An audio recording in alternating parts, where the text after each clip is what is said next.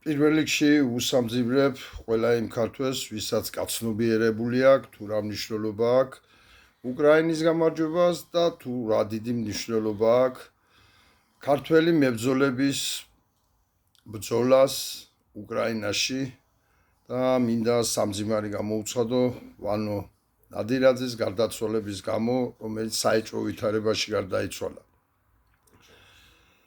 და რა თქმა უნდა, ოჯახს და ყველა მის ახლობელს და მინდა ერთი რამ თქვა.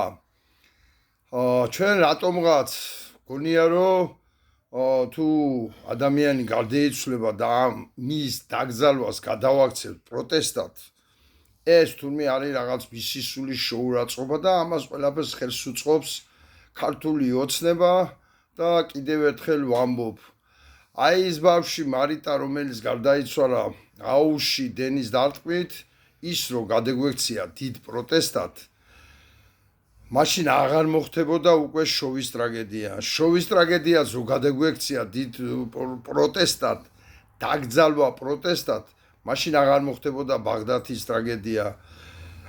ბაღდათის ტრაგედია რომ გადაგვექცია და მაშინ არ დასწრებოდნენ და მაშინ არ ეერჩიათ ზუსტად კობახიძე დედააფეთქებული, როცა ბაღდათის ტრაგედია იყო. არ იქნებოდა ზუგდიდის ტრაგედია. ზუგდიდის ტრაგედია რომ გადაგვექცია პროტესტად, მაშინ არ იქნებოდა ბათუმში იმ ორი ბავშვის სიკვდილი და ასე შემდეგ და ასე შემდეგ და საერთოდ ისტორიასაც რო გადავხედოთ, ყველა საზოგადო მოღვაწე თუ პატრიოტის დაკრძალვა მე-19 საუკუნე იყო ეს თუ მე-20 საუკუნე იყო პროტესტი.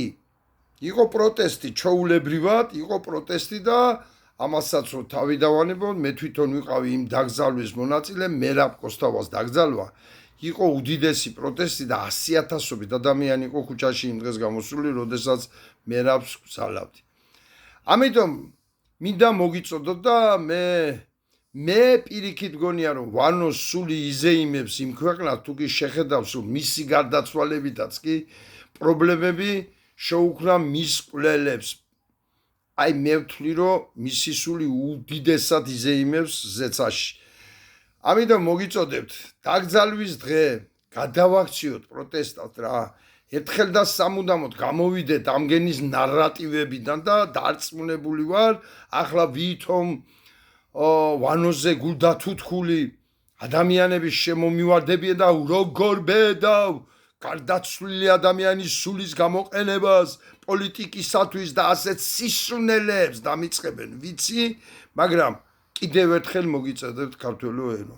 ჩვენ თუ ეს ყველაფერი ვაპატიეთ, თუ ნებისმიერი პატრიოტის გასვენება პროტესტად არ გადაუქციეთ, როგორაც ხდებოდა სხვათა შორის რუსეთის იმპერიის დროს, არაფერიც არ გამოგვივა, ამიტომ ყველას მოგიწოდებთ.